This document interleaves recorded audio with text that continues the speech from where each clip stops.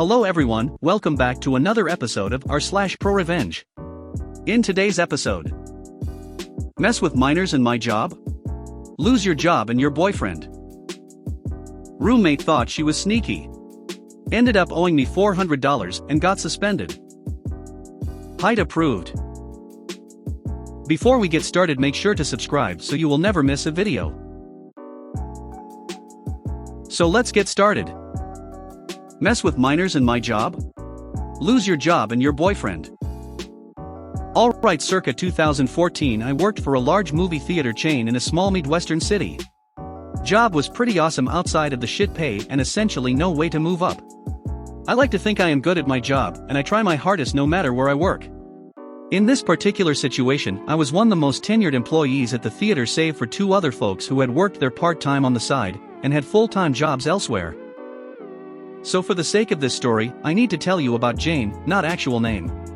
Jane started working for the theater 2 months before me. They worked elsewhere as a supervisor and was looking to move up at the theater. Right after I started, one of the managers left to work at a different theater and the supervisor moved up. We had two managers, one general manager, basically the highest level at the theater, and a supervisor, which is a manager in training. This is important. Jane somehow got the supervisor position, even though there was another person who essentially was promised the position due to their continued service at the theater for almost 8 years. There were rumors about Jane sleeping with the GM when she started, and this situation got them going again. I didn't care too much because why would I am but a lowly peon in the corporate machine. Anyways, Jane moved up and the tenured crew member left the company because they got screwed over. Once Jane moved up, we had a whole meeting about her moving up and how the theater focuses on professionalism and ensuring no favoritism was happening. Specifically referencing how normal crew members shouldn't fraternize outside of work with management. Jane didn't really listen to that though. She continued to hang out with the crew members who were mostly underage and would do various things like go drinking with minors, taking them to bars and buying them drinks, or simply buying alcohol at a store and letting them drink at her house. I honestly have no issue with the drinking at home deal, just adding context. As well, smoke weed with them and post pictures on Instagram. Oh yeah, I forgot to mention Jane had a secret Instagram where they would post pictures of themselves with their friends from the theater. They chose Instagram because none of their family or their boyfriend used Instagram and no one would know, right? Even more damning was her relationship with a 19-year-old that worked at the theater. She had a boyfriend who had been with her for years and honestly supported her for all intents and purposes. Not only did she have a 19-year-old side piece, but also was messing around with a 17-year-old. I even caught them messing around in the break room one time. She essentially threatened me with my job if I told anyone. Honestly, she could have just told me to please be quiet, and I would have just judged her silently. Fast forward about a year or so and another one of the managers left for a new job. Jane obviously moved up and someone else took the supervisor position. Now I won't go into too much detail, but despite my tenure and performance I was looked over for the promotion. A newer crew member who was really good friends with Jane got the position over me. This was confirmed by the other manager who let me know that Jane was definitely in good with the GM, who ultimately made the final decision. That being said, I was beginning to sour and making minimum wage for years at a job that couldn't give a shit about my efforts and continued performance. That being said, I was preparing for an exit. Before I get into my exit, it is important to note that Jane had and most likely still has a problem with me. I have talked about some issues I had with her, but I never escalated or even confronted her about anything she did to me up to this point. I honestly left it be. But I didn't like her, and the fact I didn't like her or play along with her bullshit infuriated her. So much to the point where she made my life hell at the theater. When she was a supervisor, she didn't have much power. But when she became manager, she began giving me shit shifts, convincing people that I was weird, and to avoid me. I mean, I am weird, but not like avoid me weird, threatening me physically, threatening my job. Her and her gang of misfit assholes also slashed my tires. I have no solid proof, but my car was parked in the employee lot and only employees can get in. Beyond that, she also made fun of my girlfriend, my now wife, for having an invisible illness, MS. She would make her life hell because she had a disability and had some minor limitations. Add together all of this, plus my GF went off to college, plus getting looked over for the promotion, suffice it to say I found a new job. I had a few close friends at the theater, including my now wife who I met while working there. Silver lining, right? I had let a few of them know about the new job, but told them to keep it on the DL since it was still 2 weeks away. I had put my 2 weeks in with the GM and asked that he also keep it on the DL since Jane and her posse would fuck with me. I told him that I wanted to tell everyone myself, so it kept him quiet. Now the important thing about my new job is that it essentially paid me double my wages from the theater. All of my friends were stoked for me. I was taking a job that would also have me making more than the managers at the theater, but also a job that put me on a better track in life. That being said, with Jane and I butting heads on multiple occasions and her track record of messing with me, she decided to get one last attack on me. She started a rumor that I was just going to call out on all of my shifts the 2 weeks before my new job started. With her last act of revenge in motion, the GM approached me and let me know that he wouldn't be scheduling me the last 2 weeks. I tried to explain to him that the rumors were bullshit, that I needed to work because it would be my only source of income. I told him that Jane started the rumor, and I started to tell him all of the other stuff as well. He of course didn't believe me and told me that Jane wouldn't do what I was saying she would do. So it was her word versus mine. I contacted my new job, who let me know that my start date was firm, and that their budget wouldn't allow me to start until 2 weeks later as originally planned. Now here I am essentially jobless for 2 weeks. Now I was upset, but I was also lucky. I was still living with family and didn't have to pay rent, so I sucked it up and essentially told myself that I would just take a forced 2-week vacation. But Jane didn't stop there. She escalated again by having one of her cronies call my new job and tell them that I got fired.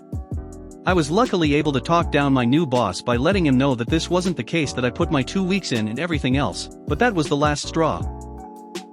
I left my last day at the theater, and while it was sad and I was upset that I wouldn't be able to work out the last 2 weeks of my job that I had for years, I was focused and determined on revenge.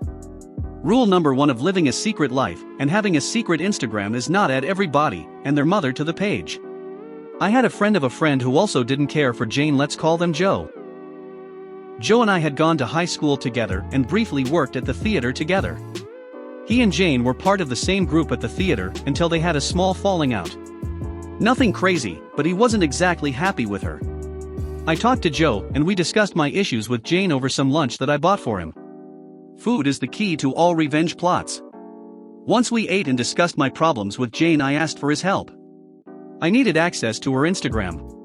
You know, the secret one, showing her hanging out with underage employees, drinking alcohol and smoking weed with them, and also some mushy posts about her 19-year-old boyfriend, as well as some moderately racy photos with her 17-year-old fling. With very little discussion, he gave me full access. I took screenshots of essentially everything. We are talking 2 to 3 years worth of illicit and moderately illegal activity. More than enough to get her fired and to raise some questions in her relationship. I took the screenshots and I printed them on the most high-quality paper/material that CVS had to offer. I also copied them to a few flash drives for good measure. I purchased 2 yellow padded envelopes, can never be too safe, and I filled them both with copies of all of the posts as well as a flash drive with additional copies. As well, I included a note in each one for the appropriate parties. One of the envelopes was taped to the back door of the theater. There was somewhat of a blind spot, so pulled into the parking lot from the rear and snuck around the corner Mission Impossible style to tape the envelope to the back door. On it was the GM's name, as well. In the letter I merely stated that one of their managers had a secret Instagram with a lot of damning evidence of not only favoritism, but also fraternizing with underage employees amongst other wrongdoings. In the letter I also requested her immediate termination, or the information would be provided to the district manager as well as our corporate office. I made sure to put it somewhere the GM would see on his morning sweep when he opened the theater. The second folder and letter was delivered to her home by Joe. Joe agreed to this as I knew Jane's schedule and had a good idea of when she would be gone, and he knew where she lived from previous hangouts. With both folders delivered, it was only a matter of time. Before I knew it, I was receiving death threats from Jane's gang. All of them saying that they knew it was me and that Jane was going to come after me, that she never did anything to deserve this. It didn't matter to me, of course. I no longer worked there and would hopefully never have to deal with them again. From what I heard, she was taken into the main office of the theater and the GM let her have it. He ultimately had to fire her because there was very clear proof that she was in direct violation of many of the rules and conditions of her employment. As well, her boyfriend with proof in hand kicked her out of his home. Last I heard she moved farther north and hasn't held down a solid job since. Her family didn't want much to do with her once everything came out with her cheating on her boyfriend. Also the part about fooling around with a 17-year-old tends not to sit well. In the end I started my new job without fail and moved on from that place. Haven't seen much of anyone from there since. Roommate thought she was sneaky. Ended up owing me $400 and got suspended. So, this happened my second semester dorming at my college campus. I had met my roommate at orientation, and could kind of already tell she was going to be a pain in my ass. And I was right about that. I had planned on moving rooms to be closer to some friends the next semester. But let me get to the story that led to my revenge. On our campus you had to pay for meals using your student ID, which had a certain amount of money on it each semester. You could also use an app that you put your name and ID info into, and it makes it easier to pay. But the name and ID must match for it to work, which will be important later. Any funds from the fall semester would roll over into the spring. But then at the end of spring it would just expire. Because of this, and because I only ate once or two a day, I had a ton saved up on my card. My roommate on the other hand, did not. So, I offered to pay for some of her meals from time to time in trade of her picking up the food for us. Which involved her using my card twice in person, and then she'd return it. Then, one day, I noticed on my app that my card was being charged even when I was not ordering food. And not just a meal, like a meal for several people. This meant that whoever was ordering, I wonder who, either had to have stolen my ID card, which I had in my pocket when I got the charge, or was impersonating my info in the app, which are both big no-nos on my campus. I was quick to put two and two together and was pretty pissed. I was initially going to confront her on it, but decided to formulate a plan instead. That day I went and ordered a second ID card for $25 to use for later, as it took a couple of weeks to get the new one. I let her charge several things to my card over a good 2 weeks. For her and her friends. And she wasn't very good at hiding it either, as they would come to our dorm and eat. Well, I just screenshot and sent emails to the support team of the app about the charges, knowing nothing would get done until I contacted someone in person. And one day it got even better, as you can buy groceries with the card off campus as well. She decided to pay for alcohol with my card, which doesn't get pinged as an issue on my card due to me being over 21, but she was only 19. Not sure how she got it, but it was just the thing to finally act on my plan. I put my best sad face on and contacted the head of campus living and head of my dorm about the charges on my account. I dropped some hints that it could be my roommate and mentioned I got a new ID and asked what I should do. I was told to order a new card, and once I got it, to deactivate my current ID and use the new one for purchases now, making my old ID have a balance of $0 and also to ping if someone uses it to buy anything. They also told me they would be visiting my dorm to discuss the issue with my roommate. I accepted that and waited. They sent the confirmation email that they would be visiting, and I just decided to add more fuel to the fire. My roommate was groaning about not having the funds for food in front of me in our dorm. I told her I really couldn't help her as I was running low on funds, and she kind of just laughed it off and left the room to probably go use my old ID. I deactivated my first card right after she left, and surprise surprise, she used my info to pay. Except when she tried to pay for her and her friends this time, it was declined and it pinged that my ID was used. Campus security was called and she was escorted back to our dorm. Pretty much perfect timing for our meeting with campus living. She was scared shitless when they came to the dorm to talk and look through her stuff. On her phone, still logged into the app, was my ID information and name. And in her dorm closet was a half-full bottle of cheap vodka. And on my phone was a screenshot of said unauthorized vodka purchase. In the end she was forced to pay me back all the funds she used, in cash, reported for underage drinking, which automatically suspends you from campus living for at least a year, and would have on her record that she performed identity theft, which I also could have charged her for out of school.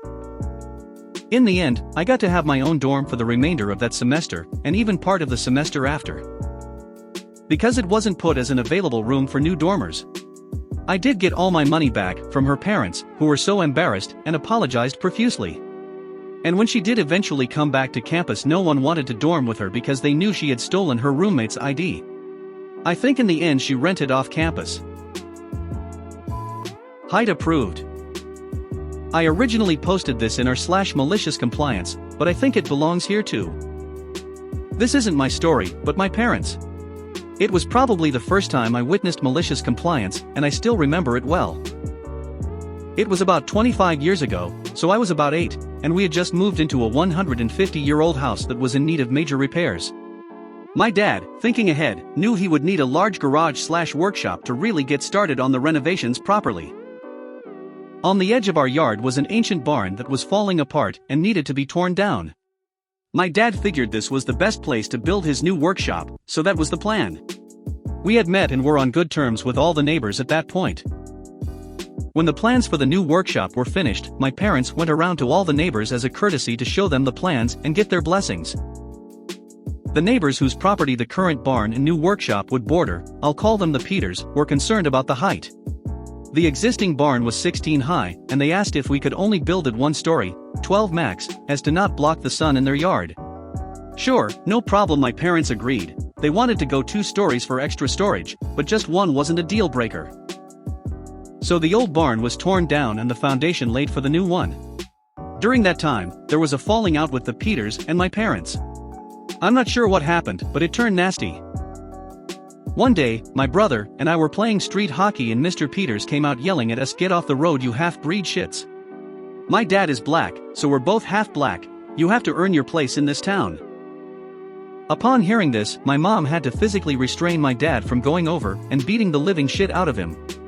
Eventually, he cooled off and started on his plan. The plans for 1 story went out the window. Soon, the new garage that was only supposed to be 1 story soon gained a second in the blueprints. If they were going to direct racist comments at his kids, my dad would build what he wanted. As construction started, the Peters came over to ask why there was 2 stories being built and were told to go fuck themselves. We didn't hear from them again until the roof started to go on. The bylaws of the township limited all out structures to 24 high. The Peters called the township and then a building inspector, claiming that the new garage was over 24 high.